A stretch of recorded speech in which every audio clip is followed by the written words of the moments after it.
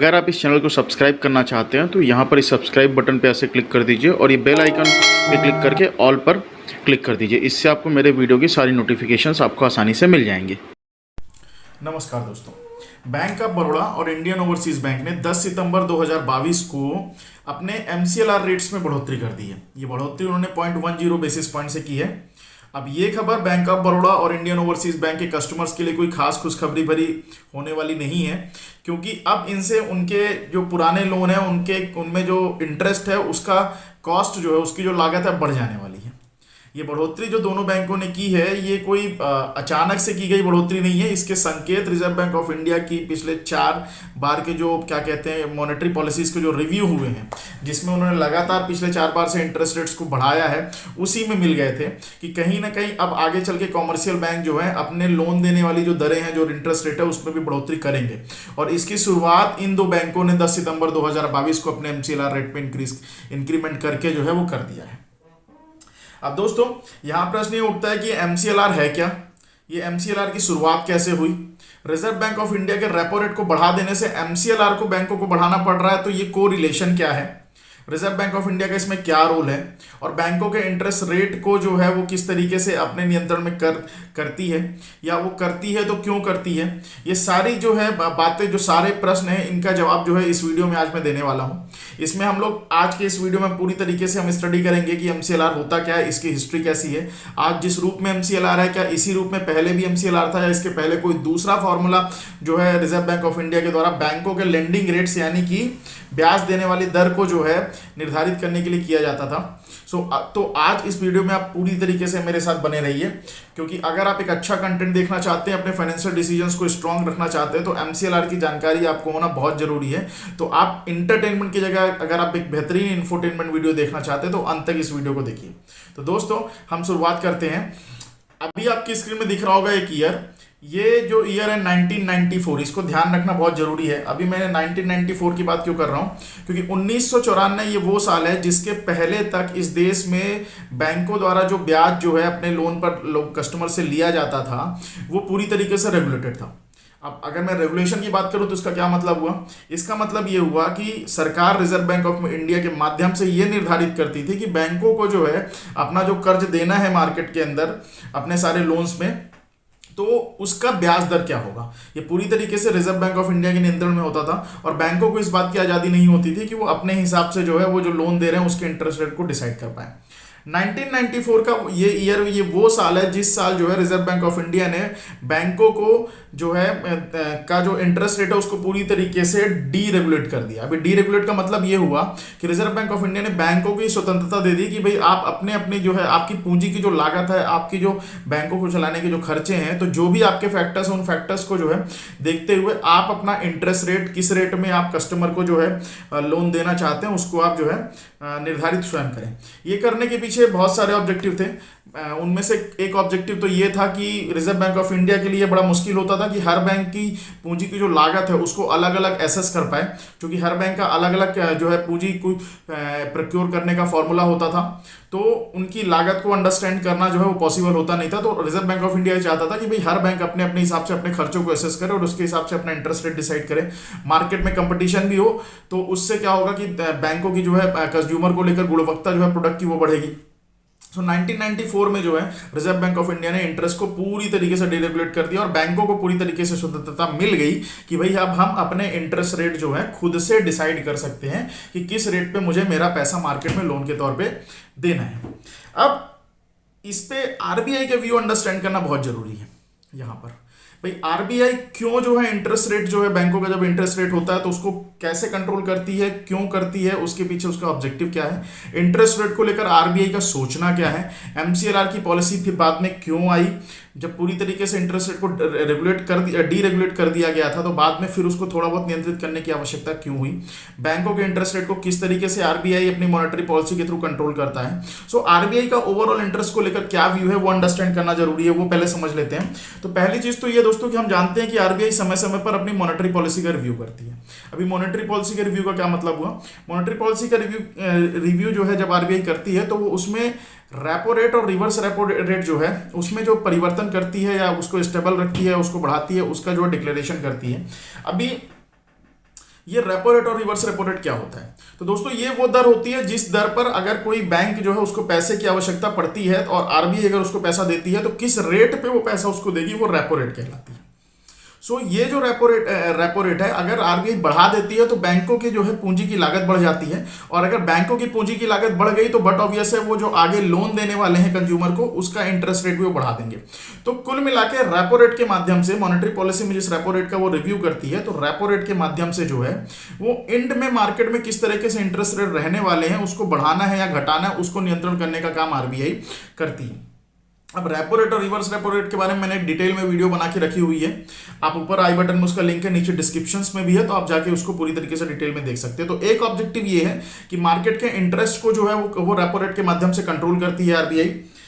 दूसरा जो आरबीआई का ऑब्जेक्टिव है कि वो बैंकों के जो इंटरेस्ट लेंडिंग रेट होते हैं, lending interest rate of bank, यानी जिस दर पे बैंक जो है अपना जो है मार्केट में लोन देते हैं, personal loan, home loan, working capital loan, CC limit, OD limit, जिस जो भी लोन वो देते हैं, वो लोन जिस दर पे देते हैं उसको कहीं ना कहीं डिसिप्लिन वो लोन रहे, बैंक जो है उसको बाकायदे जो है अच्छी तरीके से निर्धारित करे, ऐसा ना करे कि हद से ज़्यादा वो इंटरेस्ट मार्केट में वसूले, या ऐसा ना करे कि बहुत कम रेट पे दे ताकि बैंकों की जो कॉस्ट है उससे ही कम जो है फंडिंग होने लगे।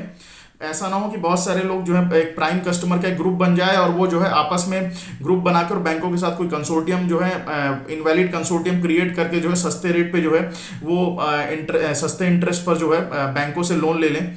तो कुल मिला के वो जो है बैंकों को जो है बैंकों का जो लेंडिंग रेट है उसको जो है डिसिप्लिन रखना चाहती है, आरबीआई का एक ऑब्जेक्टिव है।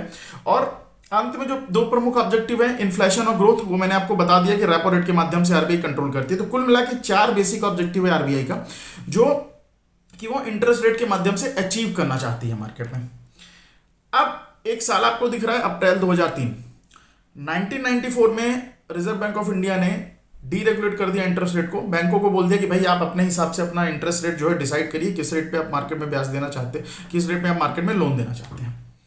अप्रैल 2003 का वो साल है जब रिजर्व बैंक ऑफ इंडिया ने अपनी इंटरेस्ट रेट की पॉलिसी को लेकर थोड़ा सा परिवर्तन किया, और उसमें उन्होंने कहा कि भाई ठीक है, आप अपने हिसाब से इंटरेस्ट रेट को डिसाइड करिए, हम उसको जो डीरेगुलेट कर दिया तो उसमें हम कोई इंटरफेयर करने वाले नहीं है, कोई हम फिर से रेगुलेशन लगाने वाले नहीं है, लेकिन आपको अपना एक बीपीएलआर रेट आपको जो है डिस्क्लोज करना पड़ेगा। अब ये बीपीएलआर रेट क्या होता है? ये बीपीएलआर रेट कहलाता है बेंचमार्क प्राइम लेंडिंग रेट, यानी कि एक मिनिमम रेट जो है आरबीआई ने कहा कि सारे बैंकों को कि भाई आप अपनी कॉस्ट ऑफ फंड को, आपकी जो ऑपरेटिंग कॉस्ट है बैंक को चलाने के लिए, उन सब चीज़ों को जो है उसका कैलकुलेशन करिए और उस आधार पे एक मिनिमम बीपीएलआर जो रेट है वो आप डिस्क्लोज करिए। और ये वो रेट होगा कि भाई जिससे हम ये अंडरस्टैंड कर पाए कि भाई आप जो है आपकी जो पूंजी है उसकी ये लागत है, और इससे कम की अगर फंडिंग आप कर रहे हो तो कहीं ना कहीं जो है वो बैंक को लॉस हो सकता है, या वो जो है क्या कहते हैं जो पूंजी आपको मिल रही है उससे, जिस रेट पे मिल रही है उससे भी कम रेट में आप फंडिंग कर रहे हो, तो इसकी अंडरस्टैंडिंग हमको मिल सके।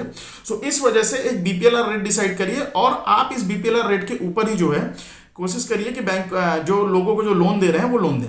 अब आरबीआई का यहाँ पे ऑब्जेक्टिव फिर से वही है कि ऐसा ना हो कि बैंक जो है, चूंकि उनको पूरी तरीके से स्वतंत्रता मिल चुकी है इंटरेस्ट रेट डिसाइड करने के लिए, तो ऐसा ना हो कि बहुत सारे बड़े जो है इन्फ्लुएंस करने वाले जो है कस्टमर हो या उद्योगपति हो, इंडस्ट्रियलिस्ट हो, उसके साथ बैंकों का कोई invalid consortium, illegal consortium create हो जाए और वो सस्ते रेटों पर जो है वो लोन ले लें, और पता चले वो लोन जो है उसका इंटरेस्ट रेट जो है बैंकों के जो मिनिमम कॉस्ट है उससे भी नीचे हो जाए। तो इस वजह से रिजर्व बैंक ऑफ इंडिया ने अप्रैल 2003 में कहा कि भाई ठीक है, डीरेगुलेट रहेगा आपका इंटरेस्ट रेट, लेकिन आपको अपना एक मिनिमम बीपीएलआर रेट आपको डिस्क्लोज करना पड़ेगा, एक बेंचमार्क प्राइम लेंडिंग रेट आपको डिस्क्लोज करना पड़ेगा, और आपको कोशिश करनी होगी कि आप इसी के ऊपर जो है आप इंटरेस्ट जो है वसूलेंगे, इससे नीचे में आप जो है लोन मार्केट में नहीं देंगे।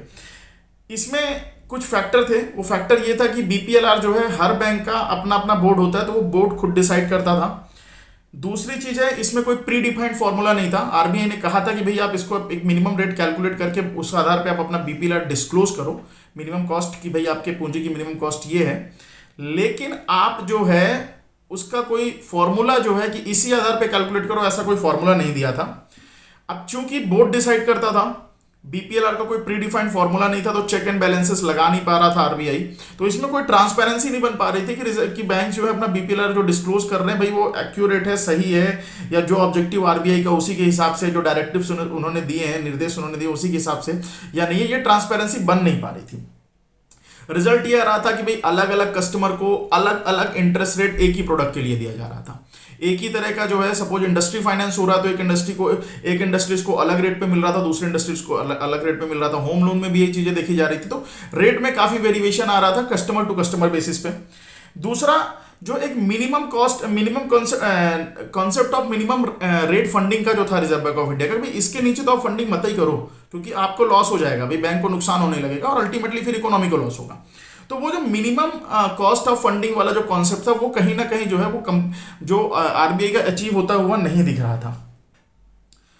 एक ऑब्जेक्टिव और आरबीआई का कि भाई हमको इंटरेस्ट रेट के जो रेपो रेट में हम चेंजेस कर रहे हैं, उसके आधार पे मार्केट में इंटरेस्ट रेट जो है परिवर्तन हो, तो उसमें जो है कोई कोरिलेशन भी नहीं बन पा रहा था। तो ये ऑब्जेक्टिव आरबीआई का अचीव नहीं हो पा रहा था, ट्रांसपेरेंसी बन नहीं पा रही थी। मिनिमम जो एक इंटरेस्ट रेट है कि भाई इसके नीचे फंडिंग ना हो, तो मिनिमम कॉस्ट ऑफ फंडिंग का भी फॉर्मूला जो है, वो जो ऑब्जेक्टिव था वो पूरा नहीं हो पा रहा था। रेपो रेट और जो है फाइनल इंटरेस्ट रेट जो कस्टमर को चार्ज किया जा रहा था, उसके बीच में कोई कोरिलेशन बन नहीं पा रहा था। तो रिजर्व बैंक ऑफ इंडिया कहीं ना कहीं मार्केट के इंटरेस्ट रेट को कंट्रोल नहीं कर पा रहा था। मार्च 2007, ये ईयर आप याद रखिएगा। मार्च 2007 में रिजर्व बैंक ऑफ इंडिया ने एक सर्वे किया, एक स्टडी की, और उस स्टडी में उसने ये पाया कि भाई हमने बीपीएलआर रेट तो बोल दिया सबको, मिनिमम जो है लेंडिंग रेट मैंने बता दिया कि भाई ये आपको डिस्क्लोज करना पड़ेगा और आपको कोशिश करनी है कि इसके नीचे आपको फंडिंग नहीं करनी है। But reserve bank of India ने जब ये स्टडी की मार्च 2007 में जो सर्वे कराया, तो उसमें उन्होंने ये पाया कि बहुत सारे बैंक जो हैं, बहुत सारी लेंडिंग जो है, वो सब बीपीएलआर लेंडिंग कर रहे हैं। अभी सब बीपीएलआर लेंडिंग का मतलब क्या हुआ? सब बीपीएलआर लेंडिंग का मतलब ये हुआ कि जो उन्होंने बीपीएलआर डिस्क्लोज किया था, जो minimum benchmark prime lending rate disclose किया था, उसके भी नीचे वो पैसा जो है मार्केट में बहुत सारे कस्टमर्स को दे रहे थे। और जब उन्होंने लोन बुक को एसेस करने की कोशिश की, तो पता ये चला कि रिजर्व बैंक ऑफ इंडिया को ये जानकारी मिली कि 75% से ज्यादा लोन जो है वो जो है सब बीपीएलआर लोन है। वो बीपीएलआर जो minimum benchmark prime lending rate है, उसके नीचे जो दिया जा रहा है। आरबीआई ने के सामने ये सर्वे जो है, ये बहुत बड़ा खुलासा था, और वो उसको बहुत जो है उन्होंने सीरियस लिया और उसकी पूरी स्टडी की। और इसको स्टडी करने के बाद जुलाई 2010 में उन्होंने कहा कि भैया ये जो बीपीएलआर वाला जो फॉर्मूला है, ये फॉर्मूला कहीं ना कहीं जो है वो अब हमारे ऑब्जेक्टिव को पूरा करने लायक रह नहीं गया है। तो उन्होंने उसको जो है रिप्लेस किया और एक नया पॉलिसी 2010 में, जुलाई 2010 में लेकर आए, और वो थी policy of base rate. Reserve bank of India ने कहा कि भाई बीपीएलआर जो है उससे ऑब्जेक्टिव अचीव हो नहीं रहा है, तो अभी आपको बीसीएलआर को बेस रेट आपको जो है वो जो है उसको फॉलो करना पड़ेगा। हम एक नई पॉलिसी लेकर आ रहे हैं। जुलाई 2010 में जब बेस रेट की पॉलिसी इंट्रोड्यूस की गई, तो बेसिकली पॉलिसी है क्या? तो इसमें उन्होंने इंटरेस्ट रेट का जो कैलकुलेशन है वो बेस रेट के आधार पर करने के लिए आरबीआई ने बोला। अभी बेस रेट क्या था? मतलब आरबीआई ने बोला भाई ये बेस रेट है और इसके नीचे आप लोन नहीं दे सकते, और कस्टमर को आपको डिस्क्लोज करना पड़ेगा इंटरेस्ट रेट को। कैसे डिस्क्लोज करना पड़ेगा? कि भाई आप बेस रेट बताओगे और उसके ऊपर अपना स्प्रेड बताओगे। आप बेस रेट यानी कि आपकी जो मिनिमम कॉस्ट ऑफ फंडिंग है, जो आपकी पूंजी की मिनिमम लागत है, उसको आपको पहले कैलकुलेट करना पड़ेगा। उस आधार पे आप अपना बेस रेट डिसाइड करिए, और उस बेस रेट के बाद कस्टमर से आप कितना प्रॉफिट ले रहे हैं, कितना स्प्रेड ले रहे हैं, उसको आप डिस्क्लोज करिए। तो सपोज कोई होम लोन लेने के लिए जाता था, तो आप बैंक उनको इंटरेस्ट रेट देते थे कि भैया मेरा बेस रेट है प्लस आपको 0.50 का मैं स्प्रेड आपसे लूंगा। तो इसका मतलब क्या हुआ? इसका मतलब ये हुआ कि अगर 9% का बेस रेट है और 0.50 का अगर वो ले रहे हैं क्या कहते हैं स्प्रेड, तो कस्टमर को जो लोन मिलता था वो मिलता था 9.5% में।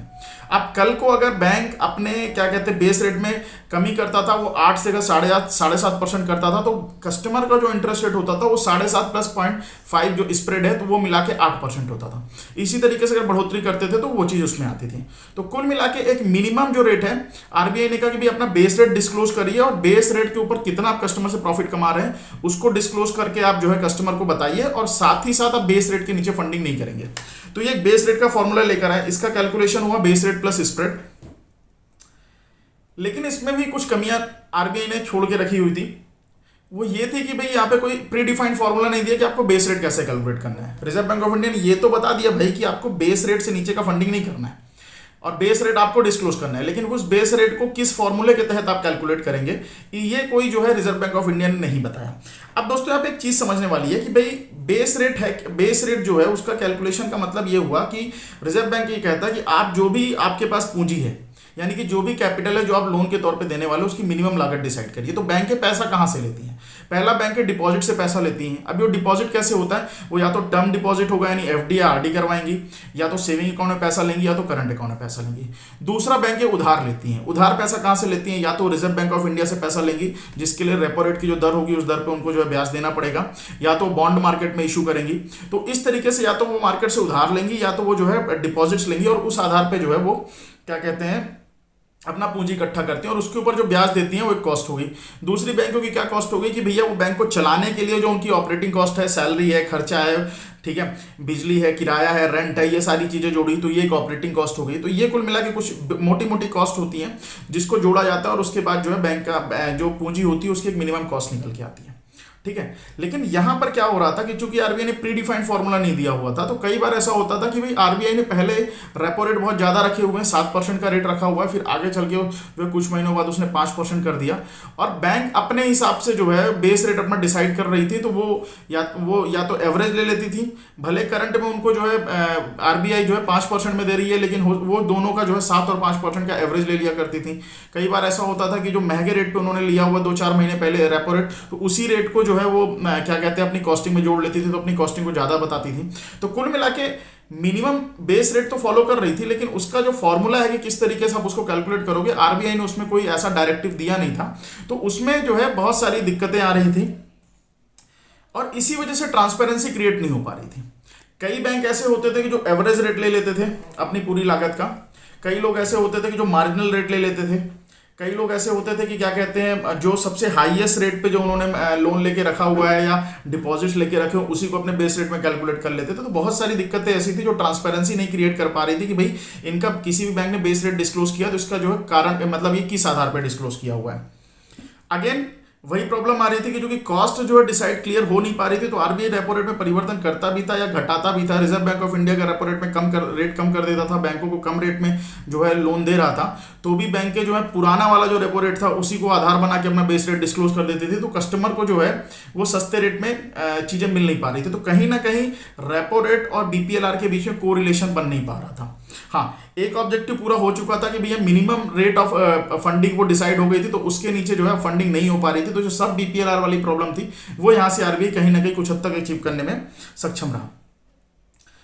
अप्रैल 2016 का वो साल रहा कि जब रिजर्व बैंक ऑफ इंडिया ने कहा कि भाई जो बेस रेट में हमको कुछ ऑब्जेक्टिव तो अचीव हुए हैं, लेकिन बहुत सारे ऑब्जेक्टिव अभी अचीव नहीं हो पा रहे हैं, अभी भी ट्रांसपेरेंसी बन नहीं पा रही है, अभी भी रेपो रेट और फाइनल इंटरेस्ट रेट के बीच में कोई कोरिलेशन बन नहीं पा रहा है। तो इसमें अभी बहुत सारे परिवर्तन करने की जरूरत है। दूसरी बात है, बैंकें जो है अपने अपने हिसाब से बेस रेट का कैलकुलेशन कर रही हैं, तो वो भी एक बड़ी दिक्कत है।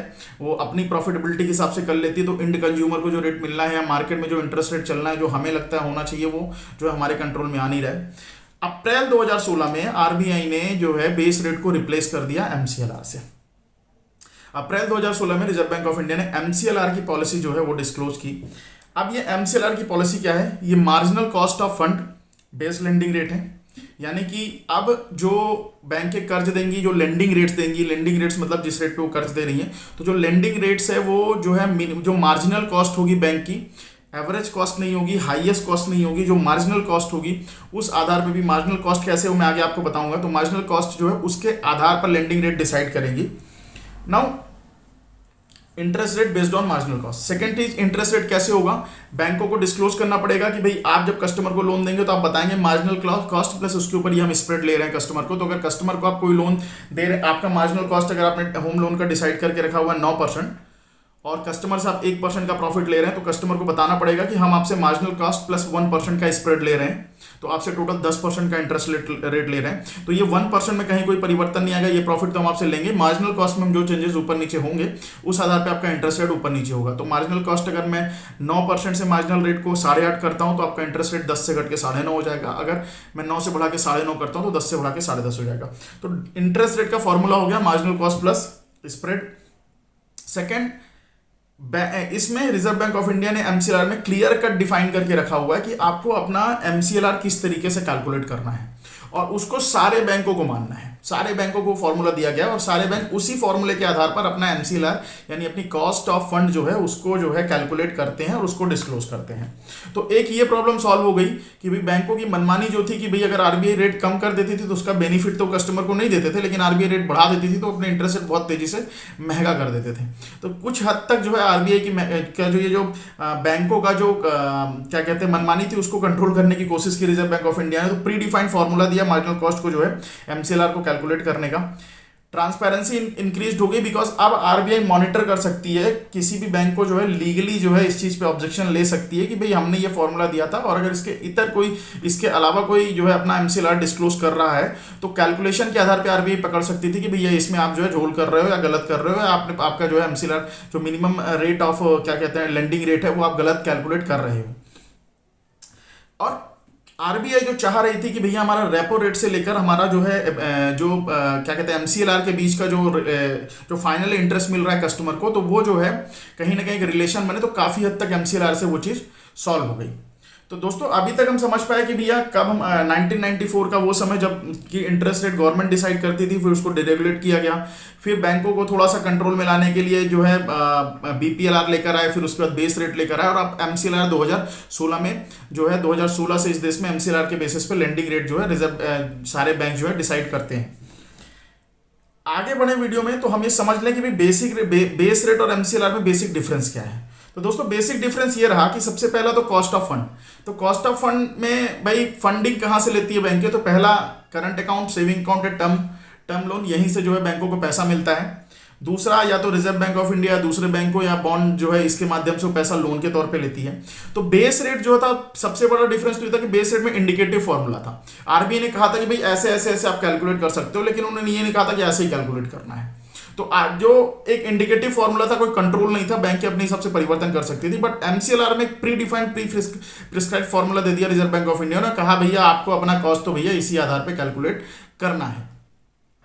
दूसरा, चूंकि इंडिकेटिव फॉर्मूला था इसलिए कॉस्ट ऑफ फंड का कैलकुलेशन जो है वो एवरेज, कोई बैंक एवरेज में कर रही थी, कोई मार्जिनल कॉस्ट में कर रही थी, कोई ब्लेंडिंग कॉस्ट में कर रही थी, कोई हाई रेट ऑफ इंटरेस्ट होता था उसी को ले रही थी, कोई एवरेज ले रही थी, कोई रिसेंट में जो मार्जिनल जो है अभी का जो इंटरेस्ट रेट है उसको कैलकुलेट कर रही थी। एमसीएलआर में चीज बिल्कुल फिक्स कर दी गई कि भी आपको मार्जिनल कॉस्ट पे ही अपने कॉस्ट ऑफ फंड का कैलकुलेशन करना है। अब ये मार्जिनल कॉस्ट क्या होती है, मान लीजिए कि रिजर्व बैंक ऑफ इंडिया कोई भी बैंक है उसने 10,000 करोड़ रुपए आरबीआई से लोन के तौर पे लिया है। अब उस पे जो लोन के तौर पे आरबीआई से लिया है तो उसमें जो ब्याज देगी वो ब्याज रेपो रेट के दर पे देगी, और रिजर्व बैंक ऑफ इंडिया ने मान लीजिए वो रेपो रेट की दर 7% डिस्क्लोज करके रखी हुई है। तो बैंकों को 7% का जो ब्याज तो उस पैसे पे चुकाना ही है। तो वो 10,000 करोड़ जब बैंक के आगे लोन के तौर पे देंगी तो कहीं ना कहीं उसका इंटरेस्ट रेट 7% के ऊपर ही रहेगा। ठीक है, अब आगे चल के 4 महीने 5 महीने बाद रिजर्व बैंक ऑफ इंडिया ने कहा कि भैया मैं अपना रेपो रेट 7% से घटा के 6% कर रही हूं। तो अब तो बैंकों को जो है उसमें 7% नहीं, अब 6% के दर पे ब्याज देना है।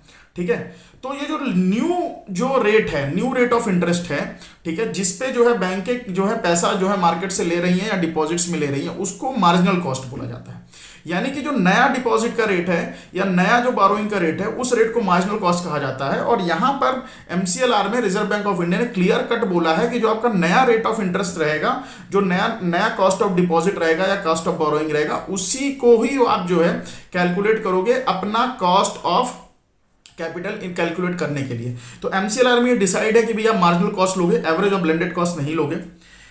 प्री डिफाइंड फॉर्मूला है। अब ये जो मार्जिनल कॉस्ट भी लोगे उसमें भी उन्होंने डिसाइड किया कि आप अपनी टोटल कैपिटल का 92% मार्जिनल कॉस्ट लोगे और 8% रिटर्न ऑन नेटवर्थ।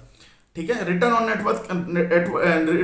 नेटवर्थ 8% और मार्जिनल कॉस्ट 92%। इसके आधार पे आप 100% आपका कॉस्ट निकल के आएगा। तो आपको उस तरीके से कैलकुलेट करना है। अभी रिटर्न ऑन नेटवर्थ क्या होता है वो मैं किसी अलग वीडियो में आपको डिटेल में बता दूंगा।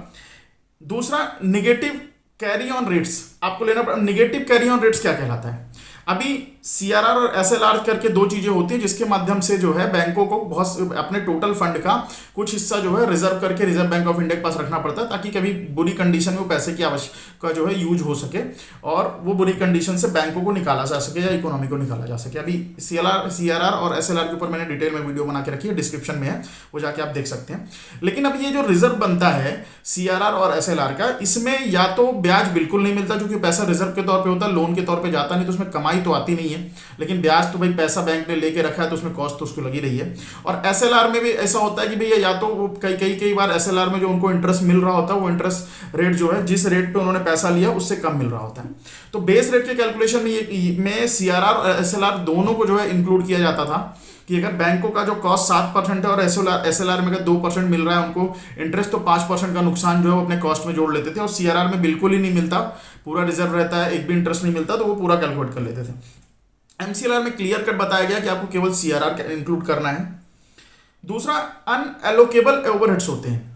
कई बार क्या होता है कि भाई एक बैंक जो है काम कर रहा होता है, उसकी ऑपरेटिंग कॉस्ट होती है, हर ब्रांचेस होती हैं, उसका एक सर्टेन खर्चा होता है, और कुछ हेड ऑफिस में कुछ लोग बैठे होते हैं, कुछ हेड ऑफिस होते हैं जहां से सारे बैंकों को सपोर्ट प्रोवाइड किया जाता है, ठीक है, उसकी भी कॉस्ट होती है। तो उस कॉस्ट को जो है वो सेंट्रलाइज कॉस्ट को जो है उसको भी कैलकुलेट किया जाता था, लेकिन एमसीएलआर में कहा गया कि भाई आपकी जो ओवरऑल ऑपरेटिंग कॉस्ट है केवल आप उसको कैलकुलेट करेंगे, इंक्लूड करेंगे। एवरेज रिटर्न ऑन नेटवर्थ, भाई कोई भी बैंक जो है अगर शेयर होल्डर्स के माध्यम से कुछ पैसा लेके रखा हुआ है तो उनका एक मिनिमम एक्सपेक्टेशन होता है कि भाई इतना रिटर्न तो आपको देना ही देना है हमें। तो जो वो मिनिमम एक्सपेक्टेशन होता है उसको बोलते हैं रिटर्न ऑन इक्विटी। सो ये कहा गया था कि भैया आरबीआई कहता था हर बैंकों के भी आपके जो शेयर होल्डर्स को आप जो मिनिमम रिटर्न देने वाले हैं वो डिस्क्लोज करेंगे आप, ठीक है। तो जो रिटर्न ऑन नेटवर्थ है वो आपको डिस्क्लोज करना पड़ेगा, वो आप कैलकुलेशन में जो है इंक्लूड कर सकते हो। एमसीएलआर में ये कहा गया कि भैया आप कितना भी रिटर्न दो लेकिन आप केवल उसका 8% ही आप रिटर्न ऑन नेटवर्थ आप जो है अपनी कॉस्ट में कैलकुलेट कर सकते हो। भाई अगर आप जो भी जो है इक्विटी यानी शेयर होल्डर्स को आप जो भी जो मिनिमम रिटर्न दे रहे हो जो आपने डिस्क्लोज किया है उसका केवल 8% जो है आप अपनी कॉस्ट में इंक्लूड कर सकते हो।